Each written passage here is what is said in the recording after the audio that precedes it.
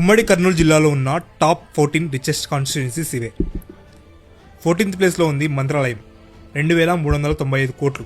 ఇక్కడ government tourism పరంగా కౌతలం మండలంలో ఉన్న ఈరన్నస్వామి టెంపుల్ను, మంత్రాలయంలో ఉన్న గురు రాఘవేంద్ర స్వామి టెంపుల్ను డెవలప్ చేయాలని ప్లాన్ చేస్తుంది. 13th ప్లేస్లో ఉంది ఆదోని, 2,762 కోట్లు. ఈ ప్రాంతంలో కాటన్ ప్రొడక్షన్, కాటన్ గిన్నింగ్ ఇండస్ట్రీస్ ఎక్కువగా ఉన్నా మిగతా ఇండస్ట్రీస్ పెద్దగా లేకపోవడం వల్ల కొంతవరకు ఈ ప్రాంతం వెనకబడింది. ఇక్కడ సర్వీస్ సెక్టర్ బాగా డెవలప్ అయినా ఇండస్ట్రీస్ ఎక్కువగా లేవు.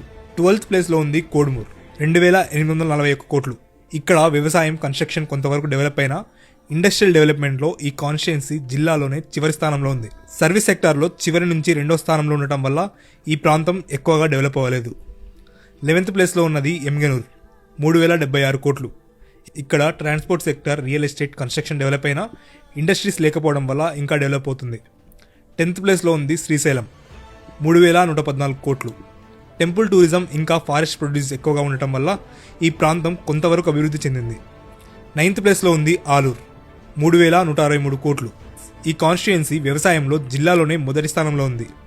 కానీ ఇండస్ట్రియల్ డెవలప్మెంట్ లేకపోవడం, ఇంకా విద్యా, వైద్యం లాంటి సెక్టార్స్లో మాత్రం చాలా వెనకబడి ఉండటం వల్ల ఈ ప్రాంతం ఇంకా అభివృద్ధి చెందలేదు. 8th ప్లేస్లో ఉంది నందికొట్కూర్, 3,327 కోట్లు.